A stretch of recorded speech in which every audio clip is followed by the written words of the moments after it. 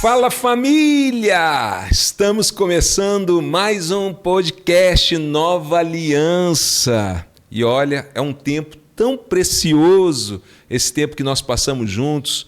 São meia hora, 40 minutos, conversando, com convidados, ouvindo aqui um pouco do testemunho, ouvindo aquilo que Deus está fazendo e Deus está falando. Então, fique comigo, fique conosco nesse tempo, não saia, vai até o final, porque eu tenho certeza que Deus vai falar com você. E aproveita, já que você está aqui acompanhando, não esquece de seguir o nosso canal, de estar aí curtindo, compartilhando, estar aí também fazendo seu comentário, porque isso nos ajuda a fazer com que esta mensagem chegue a mais pessoas. Com esse simples ato de compartilhar, de comentar, de seguir o canal, você se torna um missionário, porque você faz com que a mensagem chegue a mais pessoas.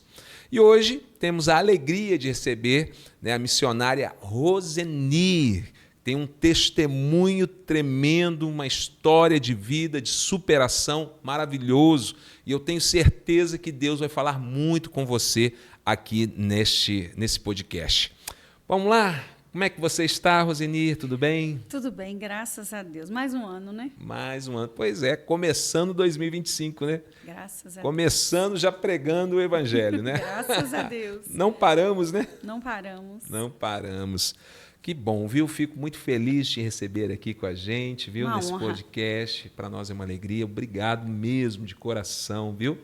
E a finalidade desse podcast realmente é compartilhar as boas novas e aquilo que Deus tem feito. E eu sei que você tem uma história de vida, uma história de superação, uma história de ver ali o mover de Deus. Eu queria que você compartilhasse um pouquinho com a gente do ponto que você acha interessante de começar essa história aí na sua vida. Fique à vontade. Amém. Bom, eu me chamo Rosenir. Vou fazer 50 anos agora em março de 2025. Eu não pedi para falar a idade, você está falando o que você quer, viu? Vou contar logo para todo mundo ver o quão grandiosa é a misericórdia de Deus em todo o tempo. Como já faz muito tempo, então a idade para mim é uma honra dizer. Amém, vou fazer verdade. 50 anos e a minha história é superar quase que o insuperável, humanamente falando. Aos 8 anos fui diagnosticada com leucemia. Então, assim, para quem teve um câncer, no meu caso, que foi, assim, literalmente dito pela medicina, não vai viver, e viver todos esses anos pós isso e pós outras coisas, para mim é uma honra completar 50 anos. 8 anos de idade. 8 anos de idade. Então, o primeiro diagnóstico, 8 anos de idade. Ainda. Isso. E nós não conhecíamos o Evangelho, então não dava para pensar assim, nossa, a mão de Deus vai sobrevir na nossa casa e vai fazer a gente passar por isso. A gente não conhecia esse mistério glorioso da graça de Deus. O que a gente conhecia era muito oposto disso, Era muito mais terrível.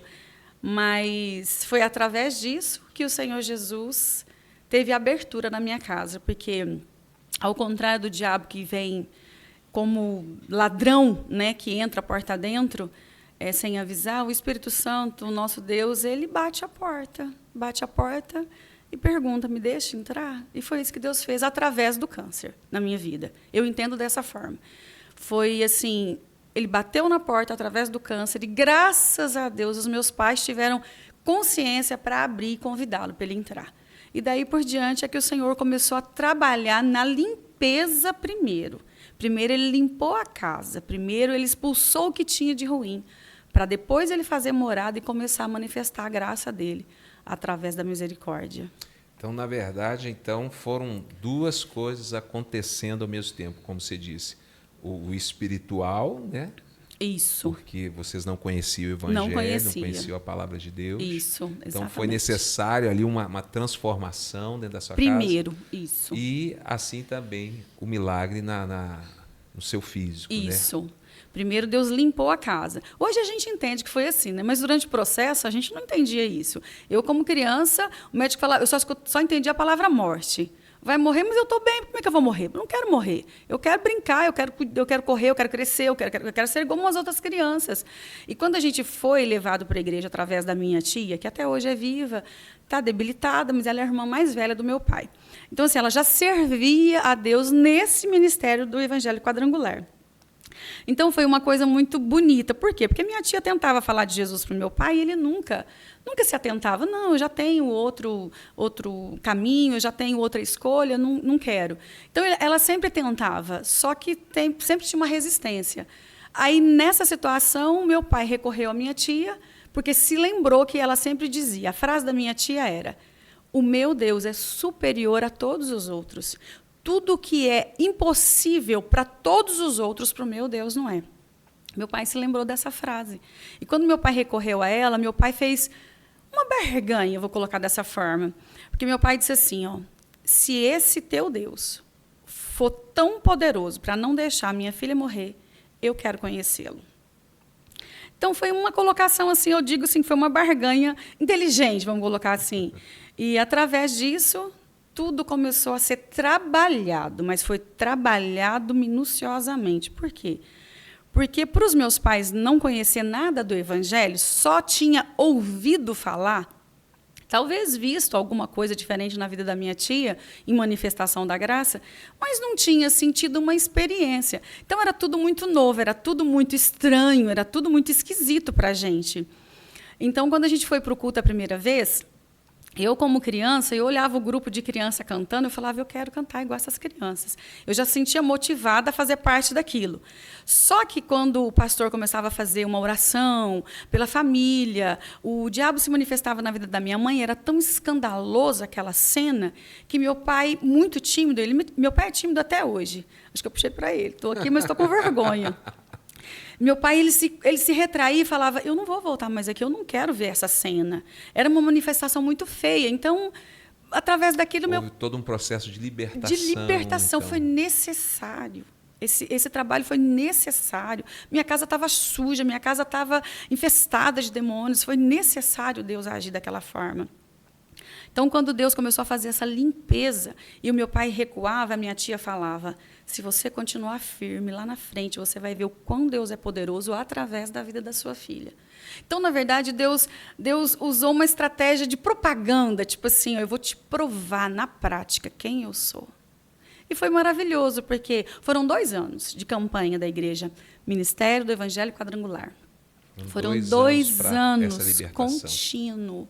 O diabo não era uma resistência, mas quando ele saiu, houve uma paz, houve um assentamento de graça na nossa casa.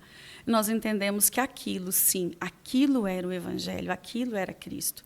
E aí nós começamos a ficar firmes na igreja. Só que é aquilo, né? O que a gente acha que é bonitinho, começo, meio e fim, quadradinho, findou. Não é assim que Deus trabalha. Os caminhos de Deus é muito diferente dos nossos. Os planos dele é muito diferente.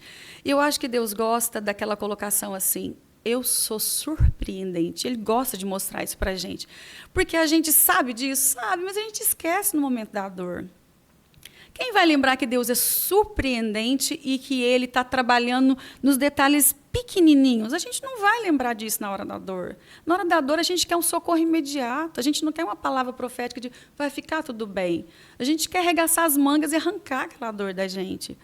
Então, assim, quando veio o segundo diagnóstico, que foi com 10 anos, eu falei para minha mãe, por que eu tenho que morrer? Por que tem que ser eu?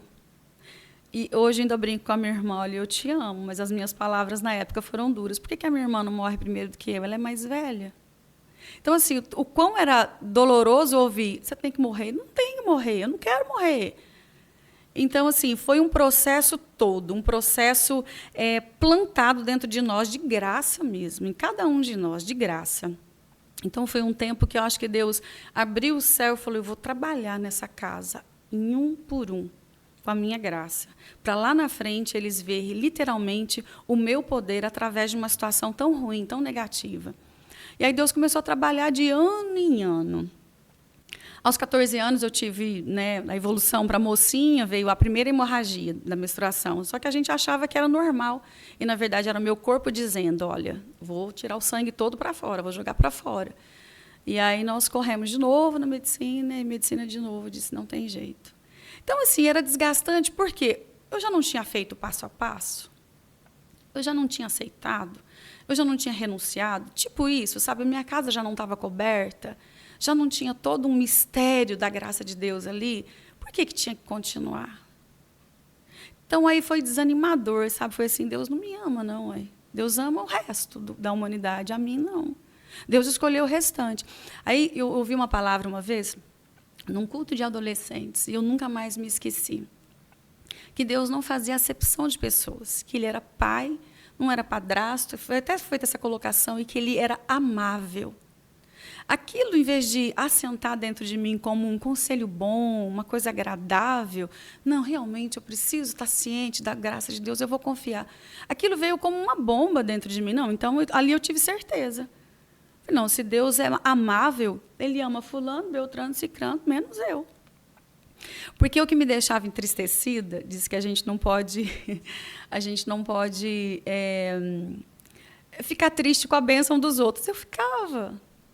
Quando alguém contava um milagre lá, olha, meu filho recebeu essa graça, e às vezes era um problema muito parecido com o meu, ou era um problema muito mais simples, ou até muito mais grave, eu falava, não pode ser o mesmo Deus. Não tem condição de ser o mesmo pai cuidando de 2 filhos com uma diferença dessa. Então, nessa época, é aquilo, né? Vai muito de de qual voz a gente está escutando. E eu comecei a escutar a voz que não era de Deus. E aquilo começou a entrar na minha mente como, não, esse é o fim mesmo, é isso, para você é isso. Você que foi assim, que você se sentiu muito emocionada, achando que era diferente, mas não é assim, o médico falou, está falado. Então, não entrava outra coisa na minha cabeça. Então, dos 14 aos 17, foi a minha guerra espiritual. Mas também foi necessário, hoje eu entendo que foi necessário, por quê? Porque, quando criança, meus pais decidiam por mim. Você vai ficar firme, Deus vai fazer. Minha tia falava, Deus vai curar, Deus está fazendo, Deus começou a boa obra, e que não sei o quê. Então, era tudo sobre Deus ia fazer na minha vida. Mas era alguém que dizia, porque eu ainda era uma criança. Quando eu completei 14 aos 17, eu já estava no tempo das decisões. Eu decido a roupa que eu uso, eu decido o louvor que eu vou cantar, eu decido se eu faço assim, se eu não faço assim. Eu já estava no tempo das decisões. E aí foi necessário Deus trabalhar no meu tempo de decisão. Porque quando eu ia para o monte, fui ensinada desde muito cedo a ir para o monte, eu ia para o monte assim, ó, hoje o Senhor precisa fazer. Hoje é um dia muito bom para o Senhor fazer. Porque amanhã é dia de campanha, finalização de campanha, todo mundo vai contar um milagre, eu vou contar o meu. Então, eu já subi ao monte com a mão estendida do eu quero receber, eu preciso receber, o Senhor precisa me dar. Então, era meio que uma imposição que eu colocava para Deus provar, através de mim, que Ele era quem era. E Deus, como trabalha diferente, eu acho que eu olhava para a minha cara e falava assim, se você entendesse os meus planos para a sua vida, você não falava desse jeito. Então, foi um tempo de muita batalha minha com Deus mesmo. Porque eu batalhava da seguinte forma, Deus fez na vida do fulano, do beltrano, do cicrano. Agora é a minha vez. Ninguém vai impedir a minha vez. Então, a minha preocupação era provar. Era provar para o mundo, era provar para os vizinhos, era provar para os meninos da escola que Deus também era bom comigo, que eu também era amada. E aí, quando o resultado vinha ruim, eu falava, não quero mais. Aí a minha mãe, ela sempre foi muito exigente com a gente, com os 4 filhos. Eu sou a caçula de mais 3 irmãos, tem minha irmã mais velha, e 2 irmãos entre nós. Então, assim, tudo que acontecia de bonito, parece que acontecia só na vida dos meus irmãos. Ai, que bonito, olha que bonito, um presente, qualquer coisa que acontecesse, me atribulava. Por quê? Porque eu era caçula, vivia uma coisa que eu não queria viver, que não era culpa minha, eu não tinha procurado aquilo. Não era algo que eu tinha pego, era algo que tinha acontecido comigo. Então, quando eu via alguma coisa bonita demais, eu me frustrava. Eu não me alegrava com as vitórias dele, com as coisas bonitas que aconteciam na vida deles. Eu só me entristecia. E por a minha mãe ser muito exigente, e graças a Deus que ela foi assim o tempo todo, até antes de morrer, ela sempre foi muito exigente. Na fala, nos exemplos e nas colocações, ela dizia assim, ó, aqui em casa eu mando e você obedece. Então, se eu mandar, você vai obedecer. Porque eu disse para ela um dia, mãe, eu não quero mais ir para a igreja. porque a igreja me constrange. Ela diz, como assim a igreja te constrange? Eu falei, todo mundo olha para mim como se fosse o meu último dia. E isso é muito ruim. Porque eu chegava na igreja e, às vezes, tem sempre uma parte que é muito profética na vida da gente, né? Aquelas pessoas que abraçam a gente e falam, olha, Deus trabalhando, Deus está fazendo, e é muito fervoroso. A gente até se sente aquecido. Mas tem pessoas que olham para a gente e falam assim, ó, se você orar mais um pouco, se você se dedicar mais um pouco, aí quem sabe Deus faz, você está se dedicando pouco. Essas frases é uma bomba na vida da gente.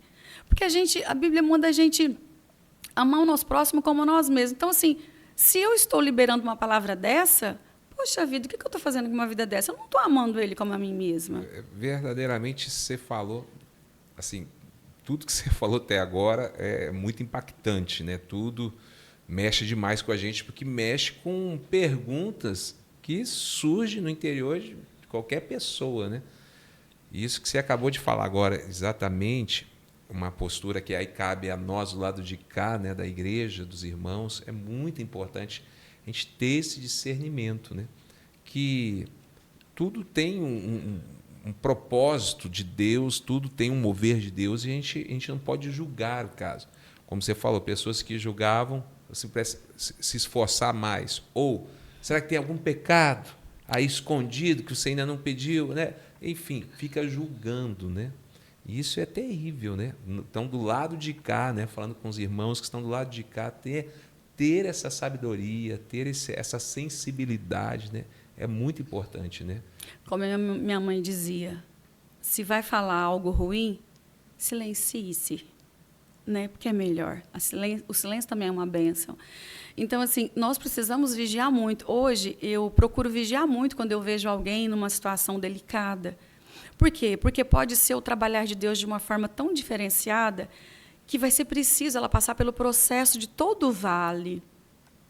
Então, independente da forma que Deus esteja trabalhando, que eu seja bênção na vida dela, profeticamente falando, em qualquer momento, passando por ela na rua, cumprimentando na igreja, sentando do lado, oferecendo uma mão, oferecendo um abraço, um sorriso.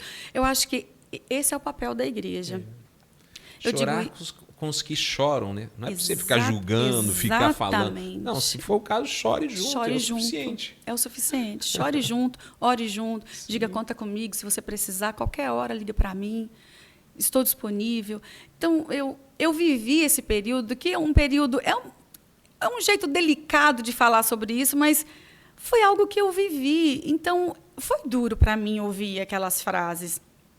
Porque, igual o pastor falou, há muitas essas frases por aí. Deve ser algum pecado não confessado. Pastor, eu só tinha 8 anos. Não tinha dado tempo de fazer merda na vida ainda, não. Então, assim, as pessoas precisam, né? Precisa ter uma coerência na fala. Claro. E nós, cristãos, nós precisamos ter uma coerência na fala, uma sensibilidade do Espírito Santo, para não proferir palavras amargas. Às vezes a pessoa já está na beirinha do abismo, já está totalmente destruída. Talvez disse a frase que eu disse, hoje é meu último culto. Já pensou? E a gente profere no último culto da pessoa uma frase negativa, uma bomba sobre a vida da pessoa. E no mundo espiritual isso é muito importante. Então, quando eu ouvi essas frases, eu falava, minha mãe, eu não quero mais, não. Todo mundo acha que eu vou morrer, para que eu vou? Vou ficar tentando o quê? Aí minha mãe disse, enquanto eu ordenar, você vai. Inclusive, no culto tal, o pastor já pediu para você ir fazer o louvor e você vai. Eu disse, então vamos fazer um combinado, eu e a senhora. É o último, eu não vou mais. Ela olhou para mim e falou, feito. Aí, naquele momento, eu não senti uma paz que eu diga assim, graças a Deus a minha mãe também entendeu. Não, eu senti assim, minha mãe desistiu. E como a minha mãe sempre foi aquela mulher muito forte, muito guerreira, muito pega todo mundo e vamos, eu achei, minha mãe desistiu, acabou. Se ela desistiu, não tem mais nada. Então, fica aquele pensamento assim, realmente, essa deve ser até a minha última semana. Fui amarga. Eu fui... a Bíblia, por isso que Jesus é maravilhoso. Vinde como estais. Essa frase ela é para nós. A gente tem que ir no momento da dor, no momento da desistência. Nem que for a frase que a gente diz, não, eu vou lá só mais essa vez, depois eu não vou. Mesmo assim, vá. Vá numa igreja, vá num culto, mas vá. Não fique, não. Vá. Vai chorando. Vá se arrastando. Mas vá. Que lá é o lugar, né? Porque lá, quando você chega, Deus fala, agora é a minha vez. Não é sobre você, é sobre mim, sobre quem eu sou. Nunca é sobre nós mesmo. Então, assim, eu fui nesse culto, mas eu fui amarga, eu fui grossa, eu fui hostil, eu fui decidida, é isso aqui mesmo. Quando eu cheguei nesse culto, era um culto da família, um culto muito simples, uma igreja pequena, eu subi para cantar o último louvor da minha vida. E eu nunca mais vou me esquecer. E eu não quis nem me desgastar em ensaiar alguma coisa. Eu não quis nem me desgastar em procurar algum louvor para fazer aquele dia. Olha como a cabeça da gente é. E os detalhes que Deus trabalha. Eu cantei aquela canção assim. Nessa noite feliz. Feliz por quê, pastor? Eu estava arrebentada. Neste santo lugar eu marquei um encontro com Deus. Seu amor é real, sua paz gozarei. Eu marquei um encontro com Deus. Aí eu me lembro quando eu cheguei nessa parte, ele tem uma outra parte. Quando eu cheguei nessa parte, eu não queria mais cantar.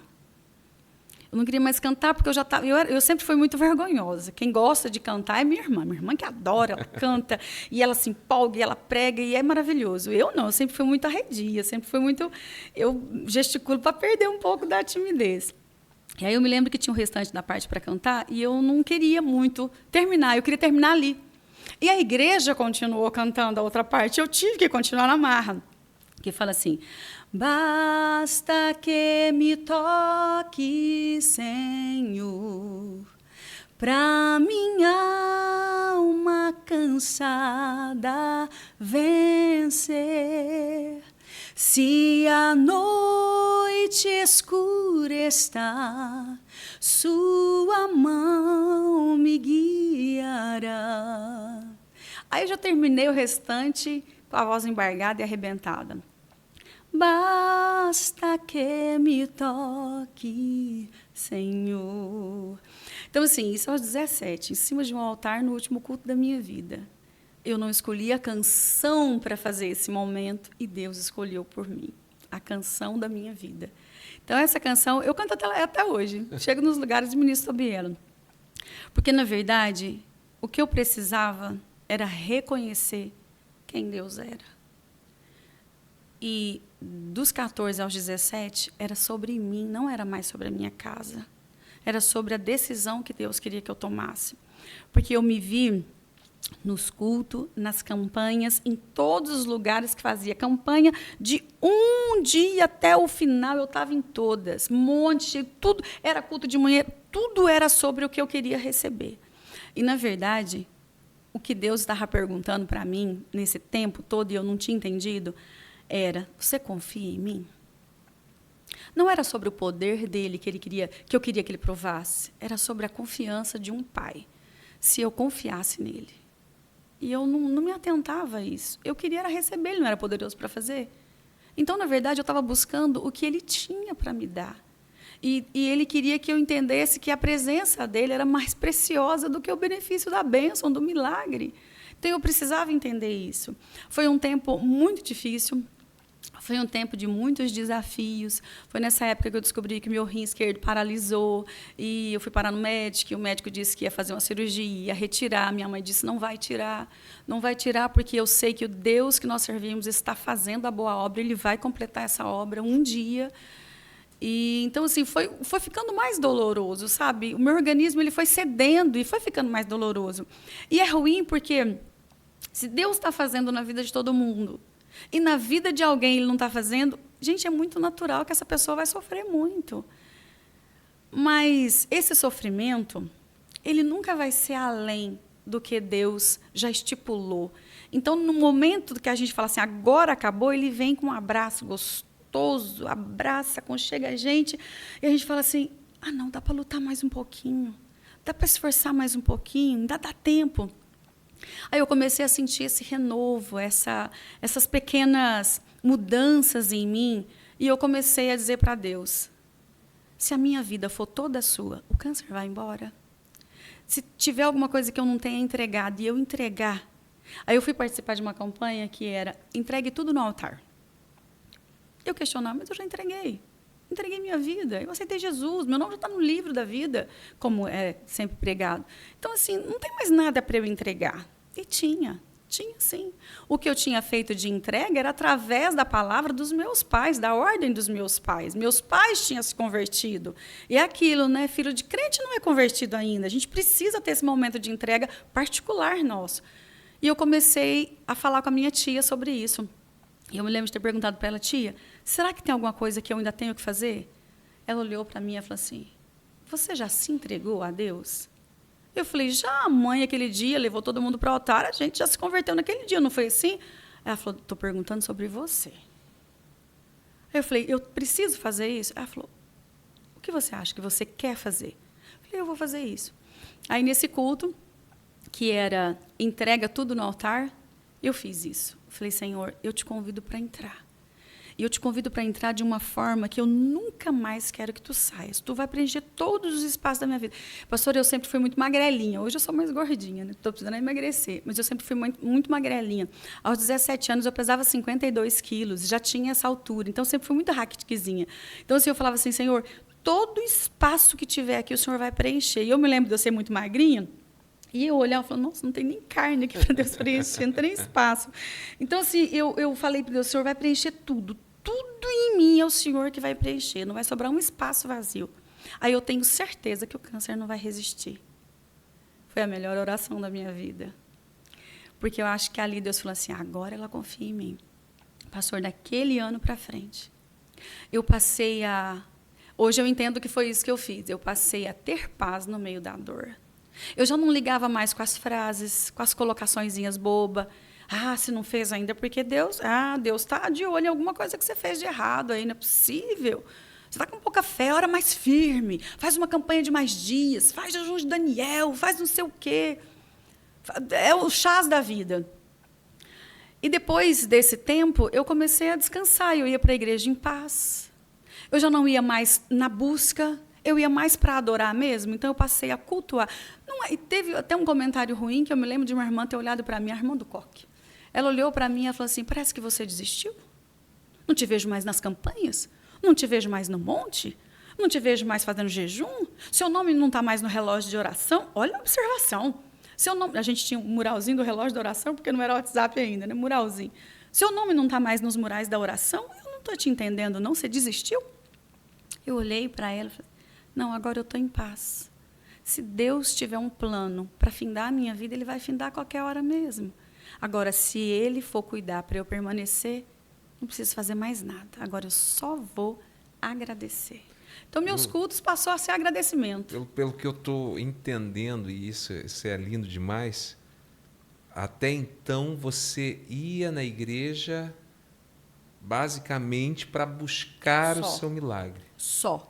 Ali você tomou uma decisão. Assim, ó. Independente de receber o milagre, eu estou indo agora buscar a Deus. Eu não sabia mais quanto tempo que eu tinha. Já não tinha mais uma especificação. Vai ser 8. No começo foi 8 dias. Depois passou, agora vai qualquer hora. Depois, não, se ela aguentar esse processo, vai aguentar mais um pouquinho. Eu já não sabia mais nada, já não tinha um tempo mais determinado para mim.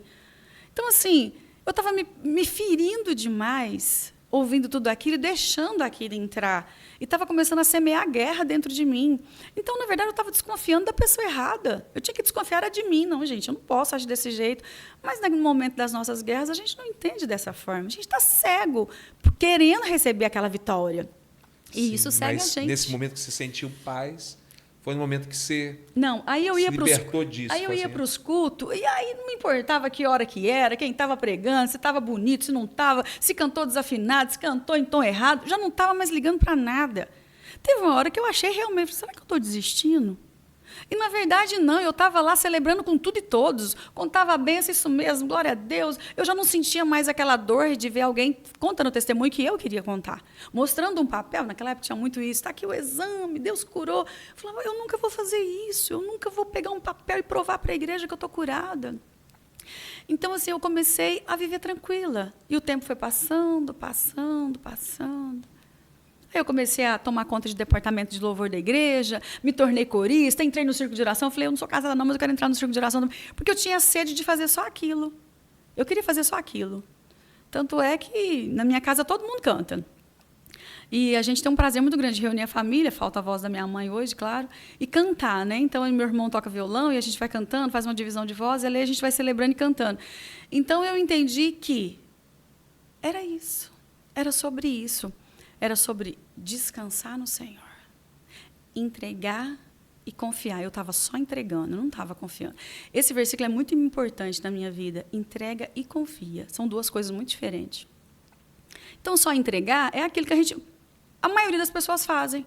Não, eu entreguei meu filho. Traz a chave, traz uma foto. Eu entreguei no altar. Não, mas e o restante? O restante é confiar. Essa é a parte mais difícil. Confiar é entregar na mão dele e falar, ó, eu sei que o Senhor vai fazer no seu tempo, no seu jeito, e eu vou só esperar para contar o testemunho. O restante não é assunto meu, e isso é confiar. E eu não estava confiando porque eu queria provar para alguém que eu estava curada. Esse alguém nem era eu. Esse alguém era a igreja. Eu queria provar para a igreja, como todo mundo, que eu estava curada. Eu não queria mais escutar ninguém falando que eu era doente. E, na verdade, o câncer nunca foi o problema na minha vida. Eu falo que o câncer foi a solução da minha casa. Porque através de uma porta, de uma notícia tão ruim, o Senhor limpou tudo, colocou tudo no lugar. E hoje a minha família é toda temente ao Senhor. Toda temente ao Senhor. Isso é lindo, pastor. Meu Deus. Mas demorou muito tempo, mas é lindo. Não é nada fácil, mas é uma tremenda verdade. Uma frase que eu tenho dito muito é que nem todas as coisas são da vontade de Deus. Mas todas as coisas vão cooperar para que a vontade dele se cumpra. Fortíssimo. Essa Exatamente. enfermidade era da vontade de Deus? Claro que não. Deus nunca fez a enfermidade. É consequência do pecado original do homem, lá de Adão e Eva, né? E do pecado que existe na humanidade, né? Agora, não é da vontade de Deus, mas Deus fez para que a vontade dele se cumprisse, né? E foi executada com louvor. Que coisa. Estou aqui até sem palavras, né? Ouvindo, e assim, porque realmente são reflexões que você viveu e que você, graças a Deus, alcançou essa paz e até essa, não vou dizer resposta, porque eu acho que existem perguntas aí que não tem respostas, não, né? Tem, não. Não tem. Tem que apenas falar assim, não, Deus e acabou. Né? Porque não dá. Por que uma menina de 8 anos tem uma enfermidade? Por quê? Não tem resposta. Não existe resposta. Apenas temos que saber que Deus não muda. Deus, independente de qualquer coisa, Ele continua sendo Deus. Né? Meu Deus do céu. Estamos sendo aqui impactados. Mas vamos lá. Como é que foi esse desfecho todo? Vamos lá. Pois é, o desfecho foi. Os anos passaram. Naquela época, principalmente, a gente crescia e dizia, quando eu tiver a certa idade, vou me casar, vou ter filhos e tal, aquela coisa, né? Só que eu não sabia dos problemas. Naquela época, a gente não tinha esse cuidado que tem hoje, né? Faz exames e tal, para ver, né, quando você casar, se você não tem algum problema para engravidar. Então, assim, confiando na misericórdia de Deus, falei, tá tudo ok. E um dia eu cheguei do serviço, eu trabalhava no comércio, eu cheguei do serviço e encostei na porta, e eu me lembro que eu não tinha namorado, não tinha nada. Eu fui mais tardia. E aí eu estava encostada na porta, minha mãe olhou para mim e falou assim, fica aí, do jeito que você está. Minha mãe sempre teve palavras muito proféticas na nossa casa. Ela falou, fica aí, do jeito que você está. E eu fiquei. Eu falei, mãe, o que foi? E assim, aquele receio, né? O que a minha mãe viu que eu não estou vendo? E aí ela olhou para mim e falou assim, eu vejo uma criança no seu colo. Eu falei, mãe, pelo amor de Deus, nem namorado eu tenho, senhora, pelo amor de Deus, crente assim, né? Pelo amor de Deus, mãe, em nome de Jesus. Ela falou, não, eu vejo uma criança no seu colo, é uma menina. Eu vejo uma menina no seu colo. Mãe, mas quando eu casar, eu vou ter filhos, e com certeza eu quero ter pelo menos um casal de filhos. Ela disse, não. Você vai ter uma filha, porque Deus vai te dar essa filha. Ela é única e exclusiva. Deus vai te dar ela. Vai colocar na sua mão para você cuidar. Eu falei, mas uma só? Ela falou, uma só. Eu brinquei com ela, falei, mãe, profetiza coisas mais fortes, mãe, pelo menos uns 2, 3 e tal. Ela olhou para mim e falou, uma só. E ela falou muito sério, uma só. E Deus está te mandando eu falar isso porque durante o processo você vai se lembrar desse dia. Você vai precisar se lembrar desse dia. Eu falei, mas uma coisa já não é tão agradável. Deus vai me dar uma coisa que eu queria duas, vai me dar uma só. Mas, gente, por que de novo? Tá. O tempo passou, comecei a namorar o pai da minha filha, namoramos, noivamos e casamos em 7 meses. Não fiz exame nenhum. Quando eu engravidei e eu comecei a passar muito mal, eu fui para o médico, meu médico em São Paulo, na época, chamava Sérgio Busato. Não sei se ele está vivo ainda, mas na época ele era um médico excelente, Sérgio Busato. Ele olhava para mim, ele era meio calvo, moreno, olhava para mim e falava assim, mas você é muito magrelinha. Você está doente? Vamos fazer uma bateria de exames? Não, doutor, eu estou bem. Aí expliquei para ele, eu venci um câncer. Ele falou, vou fazer todos os exames. E começou a fazer todos os exames, ele falou assim, Rosenir, eu recebi todos os seus exames e eu sei porque você está passando mal. Eu disse, por quê? Foi porque seu corpo está rejeitando a gestação. Você não vai vencer essa gestação. Eu falei, não, doutor, o senhor é bom médico, o senhor vai fazer alguma coisa, vai dar tudo certo, eu sou crente, vai dar tudo certo, nós vamos orar, fazer campanha, Deus curou do câncer, vai restaurar tudo agora. Ele falou, não, você não está entendendo, eu vou interromper. Eu já estou com toda a papelada, eu vou interromper a sua gestação, senão essa gestação vai te matar. Eu falei, não, doutor, não é assim não. Ele falou, é assim, sim, eu sou teu médico. Ele falou para mim assim, eu não vou deixar o meu nome numa situação ruim dessa, perdendo uma paciente, porque eu não tive o cuidado certo. Eu disse, não, o senhor é, olha, crente é uma coisa ousada, o senhor é meu médico aqui na terra, mas eu tenho um médico acima do senhor. Ele sorriu para mim, ele falou assim, você é crente, né? Lidar com crente é terrível.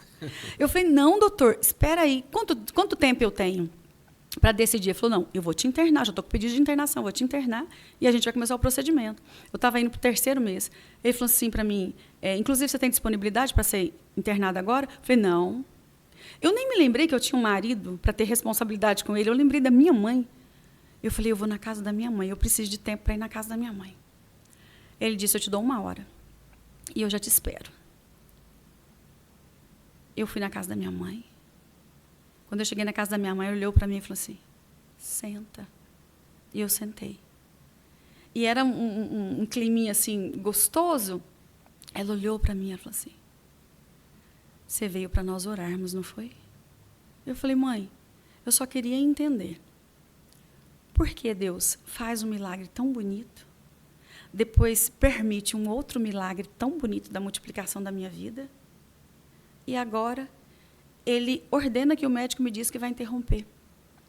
E eu tinha esquecido da palavra que ela tinha dito lá atrás. Ela olhou para mim e falou assim, fica em pé naquela porta. Aí eu fiquei, ela falou assim, lembra o dia que eu te disse, anos atrás, nessa mesma porta, que tinha uma menina no seu colo e que Deus estava te dando ela? É essa criança. Eu falei, mas o médico disse que vai interromper, ele vai me internar hoje para tirar. E eu vim aqui dizer para a senhora. Ela disse para mim assim, mas o seu médico da terra disse isso. O Deus que eu sirvo mandou você vir aqui para eu orar por você. Dobrei o joelho, ela me ungiu, orou. Ela falou, vai para casa. Eu falei, não, eu preciso voltar para falar com o médico. Ela falou, vai para casa. E eu fui para casa. Obedeci ela, não falei com o médico, fui para casa. Uns 2 meses depois, eu comecei a ter muita hemorragia. E como eu trabalhava no comércio, trabalhava no supermercado. A dona do supermercado era muito crente, ela tinha vencido câncer, ela tinha vencido muita coisa na vida. Ela era muito crente, e ela me viu assim, passando mal no caixa do supermercado. O supermercado existe até hoje, chama Rede Borecatu. E ela olhou para mim, ela não existe, Deus recolheu ela. Ela olhou para mim e falou assim, você está branca, você está passando mal, está acontecendo o quê? E ela viu o sangue escorrendo, ela falou, Rosenir, eu vou mandar. Naquela época, quem fazia as entregas eram os pirueiros, eram as combis que fazia entrega. Ela falou, vou te pedir para o pirueiro te levar agora para o hospital. E eu fui direto para o hospital. Quando eu cheguei, era SUS, fui direto para a Santa Casa. Quando eu cheguei na Santa Casa, o meu médico estava saindo do plantão dele. Na hora que ele estava saindo, ele me viu e falou assim, você não vai deixar eu cuidar de você, você vai morrer. Se você não deixar eu cuidar de você, você vai morrer. Aí me internou, ele voltou e começou a fazer o procedimento. Eu fiquei internada 7 dias. Nesses 7 dias, tudo estabilizou. Ele falou assim, por que você não voltou? Por que você não cumpriu o protocolo que eu tinha pedido? Aí eu expliquei, porque eu fui para casa, minha mãe orou por mim, e ela disse que Deus ia me dar essa menina, e ele estava segurando com a mão forte. Ele falou assim, na ultrassom não deu para ver, como sua mãe sabe que é menina? Eu falei, minha mãe disse que é uma menina. Ele falou, mas eu fiz ultrassom, não deu para ver. Então não tem como saber. Eu falei, a minha mãe disse que é uma menina. Ele falou assim, então vou fazer o seguinte, eu vou te dar mais 45 dias. porque você está bem, está tudo estabilizado, vou te dar mais 45 dias. Se dentro de 45 dias as coisas começarem a caminhar melhor, a gente vai segurando. Pronto. Voltei para casa, voltei para os cultos, voltei para a igreja, deu tudo certo. Quando eu cheguei no 6º mês, eu tive outro revertério, aquela situação toda. Ele falou assim, agora eu vou tirar. E agora a gente vê o que acontece, mas agora eu vou tirar. Fiquei internada. No 3º dia, tudo estabilizou. Parece que era uma coisa, um choque de realidade. Quando estabilizou tudo, ele falou, não entendo. Seu organismo rejeita a gestação, seu organismo está jogando para fora. Mas está tudo bem, está tudo certo, está desenvolvendo. Beleza. Ia para casa de novo, voltava para o hospital, ficava mais 3 dias. Ia para casa de novo. E foi assim até chegar no 9º mês. Quando chegou no 9º mês, Melissa não quis nascer, não. Ele me deu toda a medicação para fazer a cesariana, o parto normal, e a Melissa não quis nascer, não. Aí foi aquela situação complicada, ele rompeu a bolsa à força, viu que a Melissa tinha feito cocô na água e que ela tinha, com certeza, ingerido aquela água. E, então, ela teria alguns problemas. Aí ele falou, tá vendo? Quando salva uma coisa, tem problema na outra. Sua filha vai ter sequela, vai ter problema. Eu olhei para ele e lembrei. Eu esqueci de perguntar para minha mãe se a criança viria saudável, porque eu não perguntei para minha mãe, na época, quando ela profetizou. Eu teria uma filha. Então, eu já sabia que era uma menina, mas não sabia, no caso, se era saudável. Quando ele me disse isso, eu fiquei em choque. Eu falei, e agora? Aí o pediatra veio, fizeram todo o parto, foi feito tudo certinho, o pediatra recolheu ela, e eu lembro que ela demorou 24 horas para voltar para o meu colo. Quando ela voltou, o pediatra olhou para mim e falou assim, parabéns, sua filha, que eu quero saber o nome agora, ela é super saudável. Aí, nesse dia, eu pensava em Maria Eduarda, era o nome que eu queria, Maria Eduarda. Aí, depois, o pai dela quis colocar Karen. Eu falei, tá, agora eu vou escolher o nome de uma música que eu cantava muito na adolescência, que era de uma cantora chamada Melissa. Eu não sei se ela vive até hoje, mas ela tinha umas músicas bonitas. E aí eu ouvia durante a gravidez, as músicas dela me acalmavam. E aí eu coloquei Melissa. Então ficou Karen Melissa. Melissa veio, perfeita, tudo certo. Quando eu cheguei na casa da minha mãe, e eu fiquei em pé na porta, ela olhou para mim e falou, fica aí. Essa é a cena que Deus me mostrou. Outra vez, a misericórdia de Deus foi lá e desenhou assim, ó, que coisa. Um protocolo. E foi isso, nunca mais engravidei. Só a Melissa na minha vida.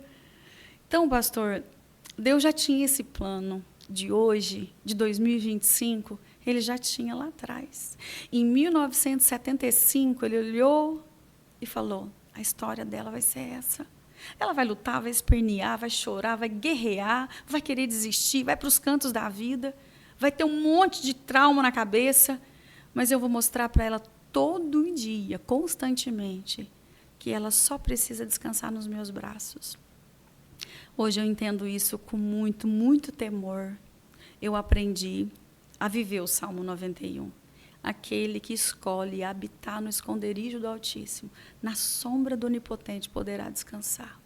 Aí eu escolhi habitar, então eu posso descansar. Essa é a minha história. Meu Deus do céu. Dá um livro, hein? Dá um livro. Dá um livro e tanto, hein? Puxa vida. Eu me sinto muito honrado em poder, né, registrar aqui um pouquinho dessa sua história. Amém. Tenho certeza que tem muitas outras coisas por trás, mas ficou aqui registrado, né? Vai ficar registrado nessa gravação. E eu tenho certeza que muitas pessoas que estão aí acompanhando agora, né, assistindo este testemunho, eu sei que pessoas também estão, talvez, ali, né, passando por questionamentos, assim como você passou. Como eu disse, são questões que estão sempre rodeando as nossas vidas. Talvez não num grau tão grande igual o seu, mas às vezes em coisas pequenas, né? Ah, por que o fulano de tal comprou aquele carro e eu não tenho um carro e eu sou crente, ele não? E fica essas perguntinhas, né? Diante a grandeza, né, de tudo que você passou, isso é uma coisa tão tola, tão boba, mas às vezes vai tirando a paz da pessoa e perdendo até a fé. E hoje a gente entende, né, através do seu testemunho, de que indiferente de qualquer coisa, do que tem, o que Deus pode fazer, o que Ele vai fazer, Ele é Deus, que a gente deve apenas amá-lo. né? Você falando me veio aqui a lembrança, aquele momento em que Jesus ele multiplica os pães, né? E após a multiplicação dos pães, alimentar aquela multidão, diz o texto que a multidão queria agora fazer ele rei. E Jesus simplesmente se retira. Aí a gente pergunta, mas por quê, né? É porque exatamente isso. A multidão começou a querer fazer dele rei pelo motivo errado. Por quê? Porque ele era aquele que dava pão. Né? Aquele que mata a fome. E ele não quer ser rei simplesmente porque ele pode satisfazer um milagre. Ele quer ser rei num reconhecimento de quem ele é. Né? Aí entra uma coisa linda, né, que o Espírito Santo me faz aqui pensar.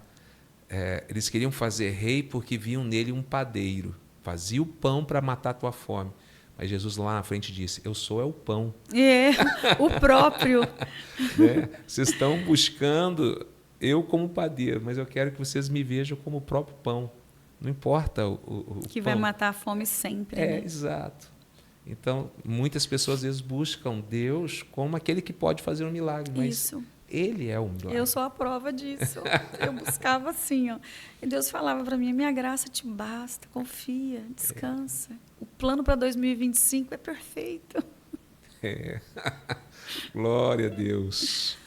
Bem, eu acho que podemos estar aqui finalizando esse tempo. E eu queria que você fizesse uma oração para aqueles que estão acompanhando. Amém. Em nome de Jesus. Amém. Né? Se tiver alguém com o coração assim também atribulado, aflito, angustiado diante de lutas e às vezes não vendo respostas, né? Que você possa orar para essas pessoas com a sua história, né? Com a autoridade que você possui por ter vivido isto, né? Estar ali abençoando essas vidas em nome de Jesus. Amém. Fique à vontade. Bom, eu não sei quantos estão assistindo ou vão assistir, eu não sei a situação que você se encontra nesse comecinho de ano, talvez já veio com problemas de 2020, 2023, 2024 e já está aí numa fila de batalhas. Você conhecendo o Evangelho ou não, Deus é a mesma pessoa, Deus é o mesmo ser supremo que está de mão estendida e de ouvido atento à sua súplica. Então, nesse momento, se você quiser, você pode ter um tempo para você reconhecer que a sua debilidade pode ser a maior e a pior. Mas o Deus que existe acima de qualquer coisa, Ele tem planos perfeitos para cada um de nós. E eu sei que a minha história, no começo eu contava, eu falava, gente, a minha história é triste, eu não posso contar a minha história, ela é triste. Na verdade, a minha história é um marco na minha vida e na vida da minha família. A minha história é algo para ser vista pelas pessoas, não sobre a Rosenir, é sobre o Deus que a Rosenir decidiu confiar. É uma escolha. Você precisa decidir se você confia ou não. Então, onde você estiver nesse momento, coloque a mão no seu coração, que eu quero abençoar a sua vida com a misericórdia de Deus que está sobre a minha vida também. Deus, nesse dia de hoje, Senhor, começando o ano de 2025, eu te peço nesse momento, Senhor, aonde houver um coração atribulado, uma vida ferida, cheia de traumas, cheia de situações ruins, com diagnósticos ruins, com exames ruins, Senhor, que a tua misericórdia alcance agora, seja no estado que for do nosso país, que o Senhor possa alcançar com mão forte, que essa gravação, Senhor, chegue em lares, em casas, em vidas, não importa a idade ou o problema que está se enfrentando, mas que a tua graça desça sobre essa casa em nome de Jesus, que o teu nome seja glorificado, que histórias e testemunhas possam ser contados para outras vidas, sabendo que foi o Senhor, que foi o grandioso, poderoso que manifestou graça. Então, Pai, nesse momento, Senhor, alcance os hospitais, alcance os lares, alcance os desempregados, os necessitados. Que a tua misericórdia superabunde na vida de cada uma, Senhor, dessas pessoas, em nome de Jesus, e que possamos ouvir testemunhos lindos em 2025, porque o Senhor é bom, e nós te agradecemos no dia de hoje, em nome de Jesus, que possamos contar, não só de ouvir falar da tua graça, mas de viver, em nome de Jesus. Amém. Amém, Jesus. Bem, gente, estamos já colocando aí, né, um ponto final nesse podcast. Lembrando que a Roseni, né, você ouviu o testemunho dela, ela é uma missionária, uma cantora, né? Vocês ouviram aí um pouquinho ela cantando, uma voz lindíssima. E está aberta, né, para estar ministrando nas igrejas, cantando, dando testemunho, pregando também. É uma honra, né? É uma honra. Falar de Jesus é uma honra. Isso. Então tá aí, né? Pode procurar, você que está acompanhando, pastores, né? Pode procurar. Vou deixar, né, na bio, né, na mensagem aqui embaixo, os seus contatos, Isso. né? Para que você possa estar ouvindo aí, recebendo esses convites, né? E levando essa mensagem, esse testemunho para mais pessoas ainda. Amém. Viu? Você está vendo? Eu tenho a bênção do meu pastor. Com certeza, até doida. Tem que compartilhar isso e fortalecer a fé dos irmãos, né, através desse testemunho. Bem, chegou ao final, né? Pois é. Com certeza tinha muito mais coisa aí, né? Fica para o próximo. Fica para o próximo. Já ficou, então, já aqui as cenas dos próximos capítulos. Amém. Tem, né, pastor? Crente tem, né? Histórico. Sempre tem mais história. Quer deixar uma última palavra? Despedir do pessoal? Fique à vontade. Tem um versículo na Bíblia que fala sobre a história de Jó, que Jó fala assim: antes eu te conhecia só de ouvir falar. Isso é tão forte, né? Mas agora os meus olhos te veem. Eu posso dizer isso. Eu conhecia Jesus porque a minha tia contava que ele era lindo, que ele era poderoso, que ele podia fazer infinitamente mais, que ele podia levantar o morto. Só que eu não tinha vivido isso. Então eu achava assim, que legal, que legal. Tá, mas em mim ele não faz. Aí ele foi lá e fez em mim. Então, hoje os meus olhos veem o Senhor. Não vê só o que ele faz, vê ele. Então, que você possa ter essa experiência também através desse momento de dor. Fique em paz. O Senhor está cuidando. Amém. Muito obrigado. Deus te abençoe cada vez mais e mais. Traga toda a provisão que você precisa e as bênçãos de Deus se cumpram, né? As promessas hão de se cumprir na sua vida, em nome de Jesus. Meus amigos, Deus abençoe. Chegou até agora, não é possível que você ainda não deixou o seu comentário aqui. Não é possível que você não ainda... Porque temos, além desse testemunho, temos dezenas de outros testemunhos e estarei aqui também entrevistando outras pessoas. E você não pode ficar sem ouvir essas palavras, essas mensagens, viu? Deus abençoe. Que possamos nos encontrar em breve aí em mais um podcast. Um grande abraço, Deus abençoe.